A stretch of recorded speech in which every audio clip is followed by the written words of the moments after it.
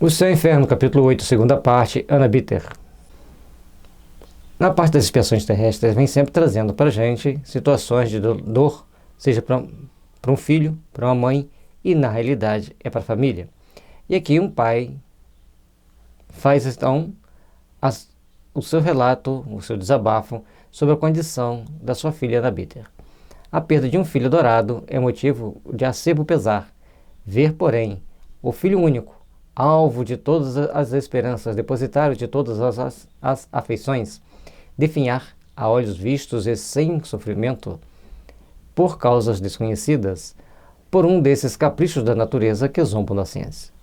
Então, aqui ele vai falando do pesar de perder um filho, é muito triste realmente, ver esse filho definhar, e ainda pior que um filho só, filho único. E a gente pergunta, mas por que não tem outro, né? Vamos até o final. E depois de esgotar todos os recursos, não haver por compensação uma esperança sequer, suportar essa angústia de todos os momentos por longos anos, sem lhe prever o termo, é um suplício cruel, que a fortuna agrava, em vez de suavizar, da impossibilidade de vê-la fruída pelo ente adorado. E aí vem o egoísmo. É uma pessoa rica, tem um filho doente, e a caridade. E a responsabilidade perante a comunidade, como fica? Por isso, essa reflexão que nós devemos fazer a todo instante.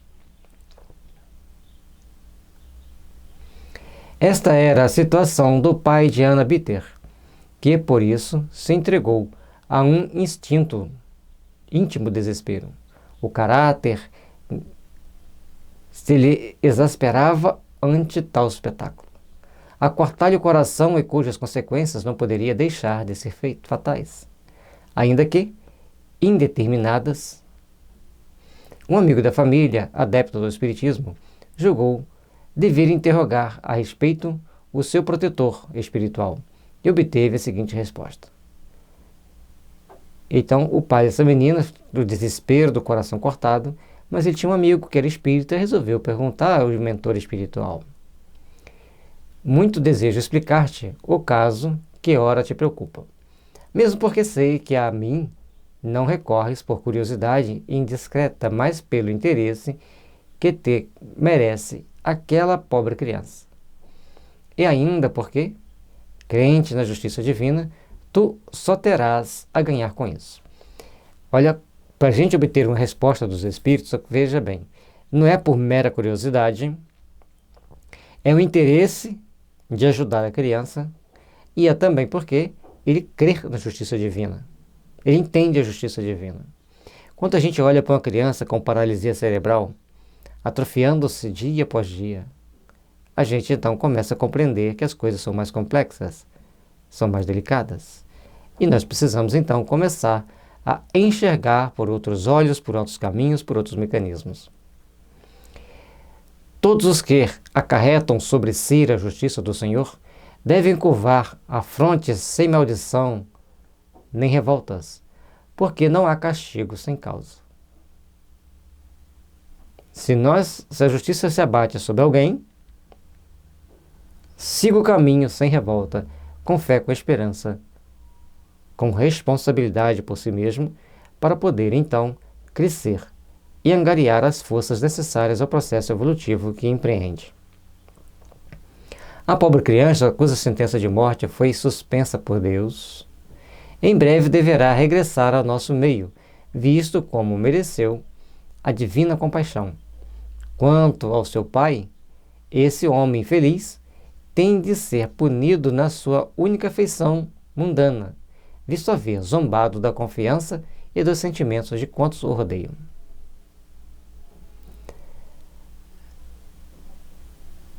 A sentença de morte foi suspensa por Deus, mas em breve ela passará para o mundo espiritual. Mas o pai estava sendo punido na sua única afeição e só olhava para aquela criança. Só aquela ali interessava para ele. Havia zombado da confiança, dos sentimentos de quantos o rodeiam. Então, todas as pessoas que chegavam para ele com uma certa confiança ou com bons sentimentos, ele tomava as atitudes contrárias às leis divinas. Cuidado com a forma com que venhamos a agir. Sempre tem um espírito missionário, necessitado de passar por uma provação, por uma expiação. Vamos lá, você filho dele, com toda a coragem, para que ele siga por caminhos mais responsáveis. Por momentos, o seu arrependimento tocou o onipotente e a morte sustou o golpe sobre o ente que lhe é tão caro. Em alguns momentos ele se arrepende e pede a Deus que a filha continue mais tempo com ele. Mas para logo veio a revolta, e o castigo sempre acompanha a revolta. Se você se revolta, toma um castigo maior. Então nós temos que saber caminhar, saber elevar nossos pensamentos aos céus e saber tomar as atitudes que precisamos para empreendermos o amor, a paz e a luz divina em nossos corações. Em tais condições, é felicidade ainda o ser punido neste mundo. Meus amigos, orai por essa pobre criança cuja juventude vai dificultar-lhe os últimos momentos. Ser punido nesta vida é bem melhor do que aguardar para a próxima. Olha que coisa importante. Ele pede para orar para a menina, por ser uma pessoa jovem, nos momentos finais vai ser difícil para ela fazer o trespasse. Desse ser, a seiva é tão abundante que, apesar do seu depauperamento orgânico, a alma terá dificuldade em se lhe desprender. Ó, orai. Mais tarde ela também vos auxiliará e consolará, visto que o seu espírito é mais adiantado do que os que o rodeiam. Para que o seu desprendimento seja auxiliado, coube-me, como graça especial do Senhor, o poder orientar-vos a respeito. Então, toda a situação ali envolvida tinha uma razão de ser. Até para poder ajudar a criança, ele tinha que orientar aquele médium, porque o médium é um partícipe do momento final. A doutrina espírita traz para nós um conjunto de fatores, um conjunto de condições que nos dá uma ampla visão. Então, o médium, cônscio daquele ser, iria desencarnar sobre uma dificuldade maior, porque ele tinha muita energia vital ainda, então iria orar por essa criança, fazer as suas orações e trazer para ela determinadas condições de aperfeiçoar-se, de melhorar-se um pouco mais. Nota: depois de haver expiado o insulamento, morreu o pai de Ana, Viter. A seguir, damos de uma e outro as primeiras comunicações imediatas às respectivas desencarnações. Importante aqui que ele expiou o insulamento, ou seja, a solidão, e aí ele vem desencarnar. Da filha: obrigado, meu amigo, a vossa intercessão por esta criança, bem como por terdes seguido os conselhos do vosso bom guia. Sim, graças às vossas preces, mais fácil foi deixar o invólucro terrestre, porque meu pai, esse não orava, maldizia. Entretanto, não lhe quero mal por isso, consequência da grande ternura que me voltava. Ele vai, ajuda, agradece ao guia do médium, agradece o médium por ter feito as orações, porque o pai maldizia, ficava revoltado, mas ela não tinha raiva do pai, porque ele tinha muita ternura por ela. A Deus rogo que lhe conceda luzes antes de morrer, e quanto a mim, o incito e animo, porque me assiste a missão de lhe suavizar os últimos momentos. Vezes há nas quais parece que um raio de luz divina baixa até ele e o comove. Contudo, isso não passa de fugaz clarão, que para logo o deixa entregue às primitivas ideias. Cada um com a sua situação, cada um com seus momentos de dor, mas a falta de iluminação espiritual, a falta de fé em Deus, a falta de confiança nos desígnios divinos complica a existência de muitos espíritos aqui na Terra. Infelizmente, um grande número deles começam a achar que não tem que pensar mais em Deus, tem que seguir por outros caminhos e até com um certo fundamentalismo ateu. Estranho, né? Mas existe. A necessidade de se evangelizar, A necessidade de se aprimorar é de fundamental importância para o clarear da nova existência. Ele tem consigo um germe de fé, mas tão sufocada pelos mundanos interesses que só poderá vingar por meio de novas e mais cruéis provações. Pelo que me diz respeito, apenas cumpria suportar um resto de prova, de expiação, e assim é que ela não foi nem muito dolorosa, nem muito difícil. A menina jovem, como eu já tinha dito antes, ela era um daqueles espíritos que estão no plano espiritual dispostos a passar por uma expiação como essa, necessitando de passar por uma expiação como essa para quitar sua dívida. Mas o pai ainda terá que suportar provas mais cruéis, dores mais acerbas para provar a sua fé, a sua coragem. A minha singular enfermidade não acarretava sofrimentos. Eu era como que instrumento de provação de meu pai, o qual, por me ver em tal estado, sofria mais do que eu mesma. Além disso, eu tinha resignação e ele não. Hoje sou recompensada. O motivo dela estar doente, entrevada numa cama, era a sua aprovação, preparada, aceitada, resignada. Ele não aceitava, não resignava, não procurava entender e estava ficando em situação cada vez mais complexa, cada vez mais se complicando na sua condição de espírito imortal. Deus graciosamente abreviou-me a estada na terra. Que aliás lhe agradeço. Ou seja, foi abreviado o momento dela ficar na terra, presa àquele corpo doente, e ela agradece a Deus por isso. Feliz entre os bons espíritos que me cercam, todos cumprimos satisfeitos nossas obrigações, mesmo porque a inatividade seria cruel suplício. Aquele espírito ali naquela condição, se ela ficasse inativa, seria um suplício muito grande. Então ela se sente feliz por poder estar ajudando, por poder estar trabalhando para o seu aprimoramento, para a sua melhoria. Então, aqui termina a comunicação de Clara Bitter, esclarecendo que ela passou por uma punição expiatória, mas muito mais para educar o pai do que para si mesma. Mas, à medida que ela suportou aquela provação, aquela expiação, com resignação, ela encontrou a paz e segurança em seu caminho. O pai, um mês depois da morte. Não falo as datas das mortes de cada um. Evocando-vos, temos por fim nos informarmos da vossa situação no mundo dos espíritos e ser-vos úteis na medida das nossas forças. Quer saber a condição dele e quer ser útil para ajudá-lo naquele momento. O mundo dos espíritos? Não vejo. O que vejo são homens conhecidos que comigo não se preocupam e tampouco me deploram a sorte. Antes, parecendo-me contentes de me verem livres de mim, de se verem livres de mim. Veja bem, aqui se faz, aqui se paga. Não pagou aqui, vai pagar no mundo dos espíritos. E esse senhor, tendo abusado da confiança de várias pessoas, tomou atitudes acerbas para se complicar, para se criar situações mais difíceis para si próprio.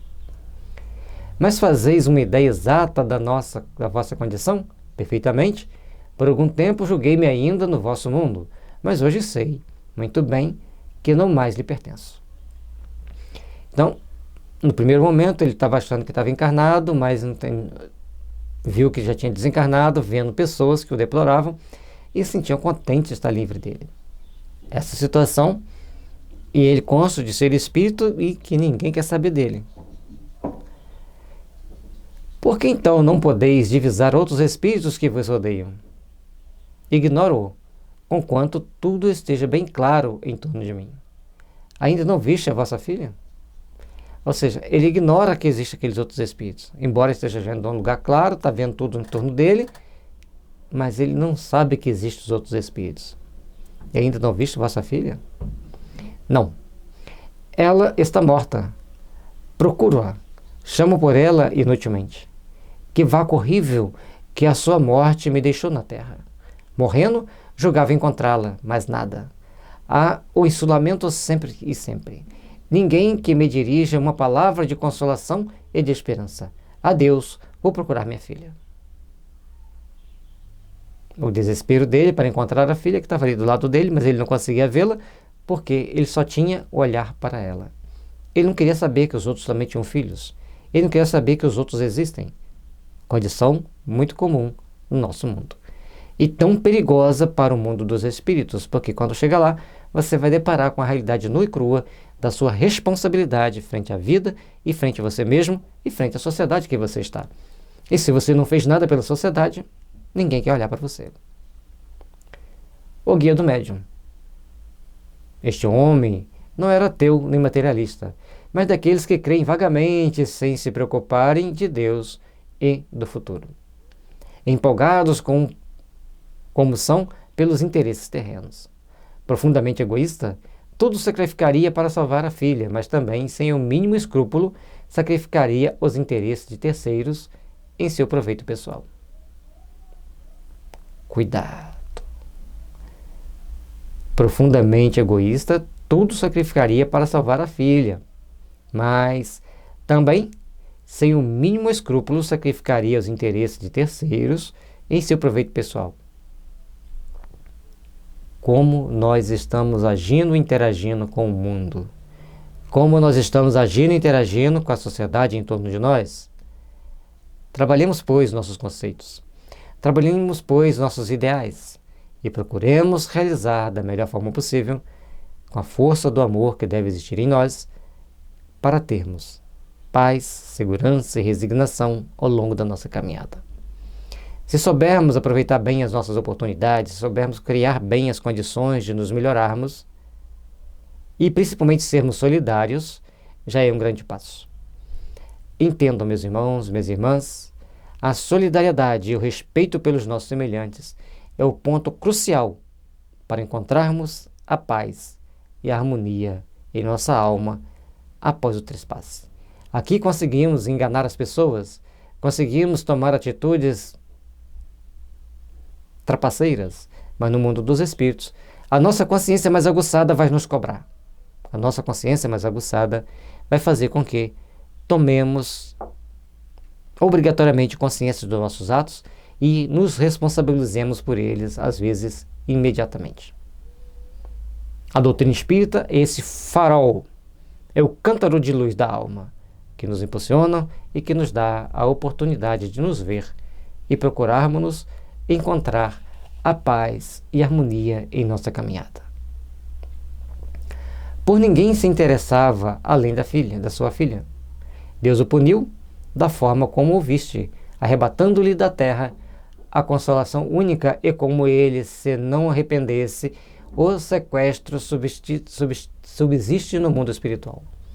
Não se interessando por ninguém aí, também aqui ninguém por ele se interessa. Ele não interessava por ninguém, não queria saber de ninguém, não queria... Para ele estava tudo do jeito dele, vivenciava do jeito dele mesmo, caminhava do jeito que dava para caminhar, sem as responsabilidades que deveria ter em seu coração. No mundo dos espíritos, não era diferente, debatia-se com as realidades transcendentes da vida, com as responsabilidades que a vida colocava para ele. Assim, tendo que arcar com as consequências de seus atos, das suas responsabilidades e procurar interiorizar o amor e a paz em seu coração. Mas como o único móvel da sua vista, do seu mundo era a filha, no mundo dos espíritos, ele fica vagando e ninguém se interessa por ele, assim como ele não se interessava por ninguém aqui. Cuidado! Como você age, de que forma você toma suas atitudes, suas ações, você deparará com a sua consciência no mundo dos espíritos. Permanece só, insulado, abandonado, e nisso consiste a sua punição. Mas que faz ele Em tais conjunturas, dirige-se a Deus? Arrepende-se? Não, murmura sempre, blasfema até, faz em uma palavra o que fazia na terra. Ajudai-o, pois, pela prece, pelo seu conselho, a desanuviar-se de sua cegueira. Cria-se então a cegueira íntima, não fala na mãe da menina, cria-se o seu mal-estar, porque ele só enxergou o único objetivo e não conseguiu enxergar nem a si mesmo, não conseguiu enxergar nem a sua necessidade evolutiva, apenas tomou atitudes e ações que o levou a estar arcando com aquelas consequências, com aquelas atitudes. E assim, terminando mais essa reflexão, rogamos a Deus e a Jesus que nos dê força para suportarmos as nossas provações, para nos dar força para sermos mais altruístas, para nos dar forças para sermos mais amigos, para nos dar força para sermos mais solidários, para nos dar força para enxergarmos os outros como parte de nós, porque somos filhos de Deus. Precisamos entregar-nos ao trabalho de Deus. E integrar-se ao trabalho de Deus é ser solidário, é saber estender a mão, é saber ajudar o que tem fome, ajudar o que está necessitado. Precisamos, pois, entender a compreensão do amor e da paz que carregamos conosco. Que Jesus nos abençoe, nos alimenta e nos fortaleça, para que tenhamos sempre coragem de tomarmos as decisões mais importantes para a nossa caminhada evolutiva. Paz e luz, que Jesus esteja sempre nos envolvendo, nos fortalecendo e nos impulsionando por caminhos iluminados do amor, da paz e da fraternidade.